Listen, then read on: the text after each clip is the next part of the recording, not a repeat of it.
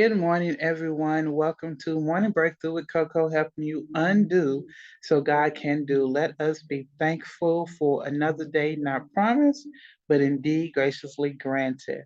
I am your host, Kocysha LaShaun, and it is awesome to be with you on this new journey. Not only are we in a new month, a new season, in the last quarter of 2022, but this is a new journey for me. As many of you know, I was actually hosting From the Hearts of Men, and on that show, I was blessed to interview 19 amazing men who shared how God had moved in their life and why and what was driving their passion to make an impact in the lives of other people. So, unfortunately, in the second season, I saw that things were getting a lot slow or were a lot slower than the first season. So, it was decided to let that season in, to let that show in, and go back to what I was doing before, go back to what I know best, so to speak, I guess you can say. And that was this particular show, which actually started on Facebook. So here we are, and I am glad that you are here with me. And just to give you a bit of a backstory or how I got to this point that I am today, and it also kind of gives some light to what I mean by the charge. So 2004, I began my academic journey in criminal justice. I got my associates and then I moved on to get my bachelor's in criminal justice. And at this particular time, I was actually working at a cancer clinic. I was there for 5.5 years. And after finishing my bachelor's degree, decided that it was time for me to step out in my particular field. It just so happened that one of the instructors during my bachelor's program was a clinical psychologist at a male facility, a male prison in Tucker, Arkansas. So I ended up applying for a position as a correctional officer. Got hired on, ended up being there 3.5 years. During that time there, I'm working on my master's degree in forensic psychology. Finished that, and I'm like, okay, what's my next step? Because I was on this road of moving up and gaining more, doing more. So I'm asking the question, okay, Lord, what's next? I have completed umpteen applications, like literally, y'all, I believe I filled out 25 to 30 applications trying to find something new, partly because I was like really, really ready to go at that point also. I applied for a lot of parole probation positions because that's where my heart was. Like that's really working in corrections was just to get my feet wet, so to speak. But I really wanted to be outside of being a teacher. I really wanted to do parole and probation. Unfortunately, that did not happen. However, in my quest to find something new, I did come across a position or an instructor position at a college, which happened to be my alma mater, Remington College, where I went for my associates. So I applied, I get the job, and it actually happened that the director of education was a former teacher when I had gone in 2004. Get the job, and I am excited that this is where I'm supposed to be because, again, like I'm a teacher at heart. I love teaching. I love helping people. I love, seeing people get that aha moment, experience that aha moment. So, anyway, working in medical assistant, working in criminal justice as a teacher. Um, Everything's going good, but y'all, your girl was stressed. When I say stressed, I mean I was stressing myself out because my perfectionist tendencies were like on 100, seriously. And I remember praying to God to at that point, I just wanted to stop. I think this is around maybe late 2011, 2012. I really just wanted things to kind of just stop. I wanted to find something new, but I also wanted to get away from living my life according to others' expectations of me. That was my biggest thing. Like, I don't want to I want to get out from under this burden. I don't want to call it a burden, but that's what it had become for me. Um, 2 years into teaching, and they start laying off teachers. You know, we get new people coming in that's over the school, and then we get teachers that's getting let go. And finally, my turn came, and I'll never forget. I think it was November 15th, 2012. I was let go, and that just began a downhill spiral of some things. So I remember being at a point where I was literally, some may even say mal depressed, but I was literally at a point where I just wanted to be isolated. I didn't want to talk to anybody. I didn't want to be around anybody. It was even to the point where, you know, I felt I was not who or where I should have been, and I was really getting down on myself and like, man, you should be doing better than this, and you should not be here. Like, you just taught criminal justice, and now you got to go do community service because of a ticket I had got, and it was like all these different things and emotions that I'm feeling, and it's like, surely there's a silver lining in this situation. And there was, because I actually, that's how I even got into coaching. That's how I got into doing transcription work and all of that. So, but fast forward, so that was 2012, late 2012, early 2013, 3 years unemployed. And when I lost my job, I had no idea what I was going to do. I didn't have any prospects, even though I had been looking for a job. Nothing had come through. Um, this would have been my second time. The first time I filed unemployment, it only lasted a week. So I had no idea what to expect, what was going to happen, you know, how I was going to make it. I just moved into a new apartment, had a new vehicle. So it's like, okay, this is not the time for me to be without a job. But as it panned out, I was without a job for about 3.5 years, I believe, 3 years. And then in 2016, I'll never forget, really good friend of mine texted me about a job opening at the law firm he worked at. And I can't remember what my initial response was, but I believe he asked me if I knew anybody that needed a job. And I think I said no, I'm not for sure. But it dawned on me after that, like, yeah, you need a job. So I go through the application process, and the head attorney really liked my resume, wanted me to come in and get interviewed. I came in, got interviewed first time. Um, did not get hired. And then I was called back again, probably a few weeks later, and was interviewed by a different attorney, and got hired that time. And yeah, I've been there 6 years. So, but that's not what I wanted to do. And if I'm honest, it's still not what I want to do.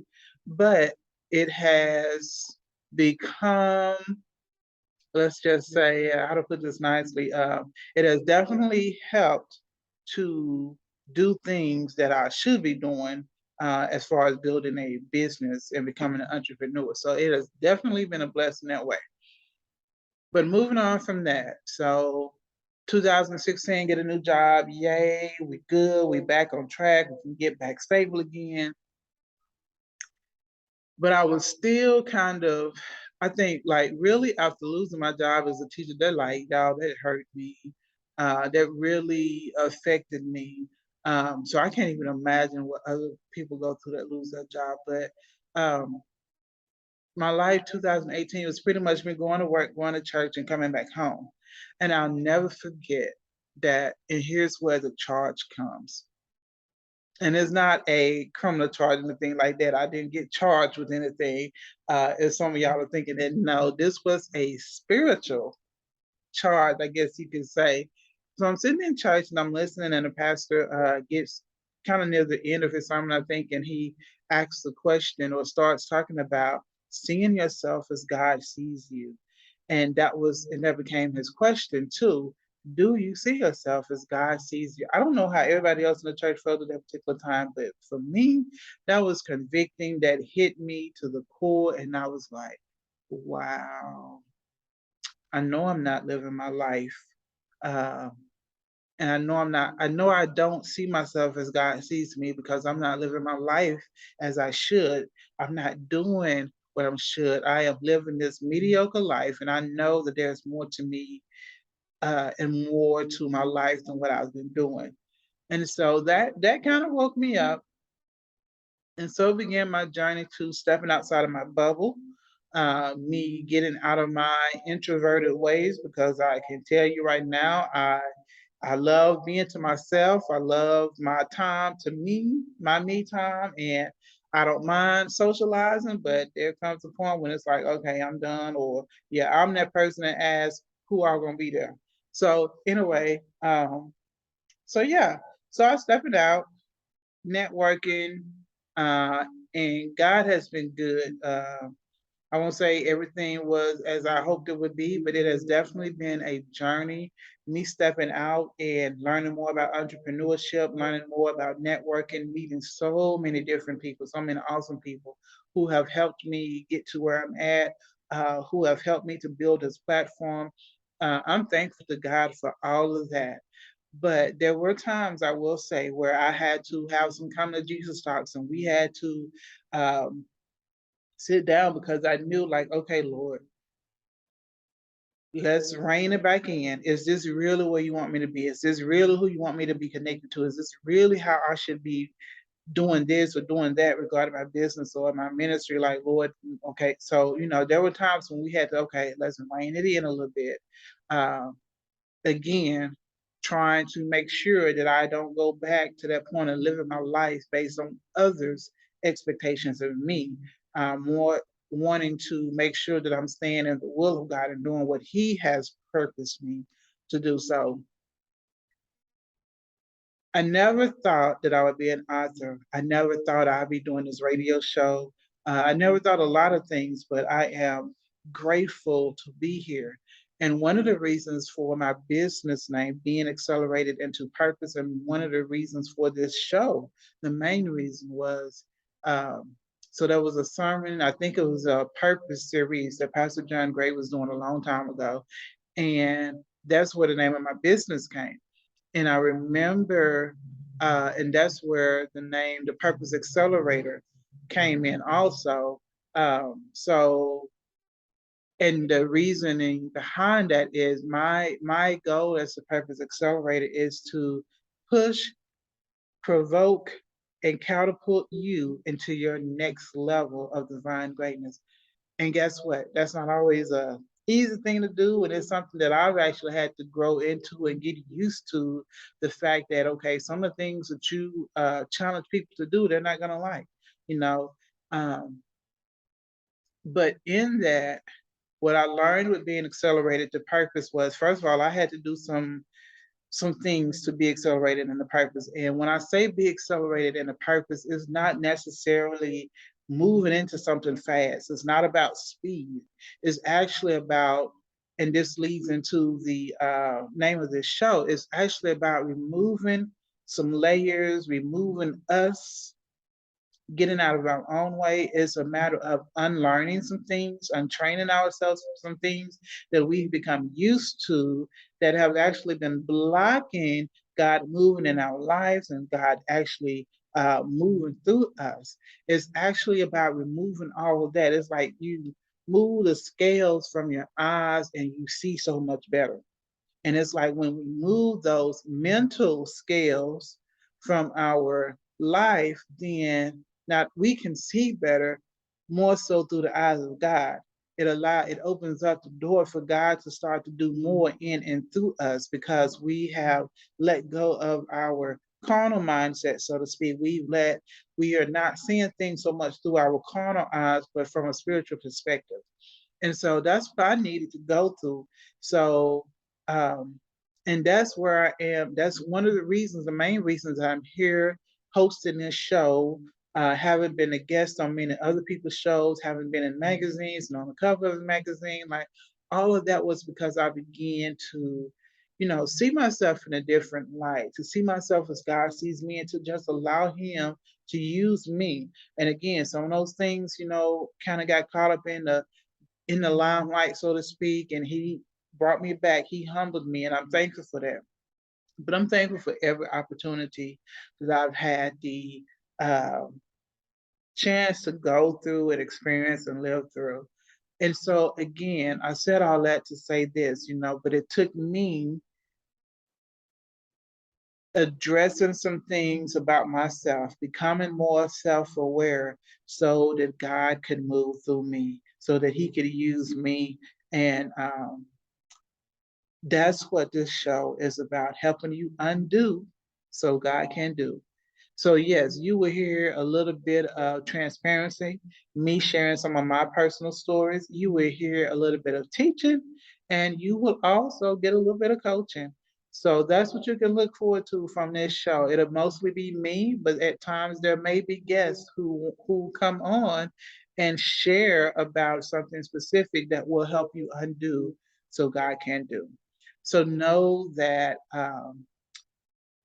This is a place of transparency. This is a place of openness. This is a place of truth. And this is a safe place. And what I hope for in the future, I'm not sure how to go about it just yet, but what I hope for in the future is to open it up so that you, the listeners, can share your questions that you of things that you may be going through and need help with or need some tips on moving out of or just maneuvering through. So that's my goal, one of my goals for this show. So with that being said, again, thank you in advance for taking this journey with me. Thank you for tuning in today. I am looking forward to more what's to come. And with the rest of this month, I am now giving that charge to you. Do you see yourself as God sees you? And that's what we'll be talking about the rest of the month. So, with that being said, thank you so much for tuning in to our very first episode of Morning Breakthrough with Koko. I am your host, Kocysha LaShaun. I wish you an awesome day. Be safe, be a, be blessed, and remember to be a blessing to someone else. Thank you so much.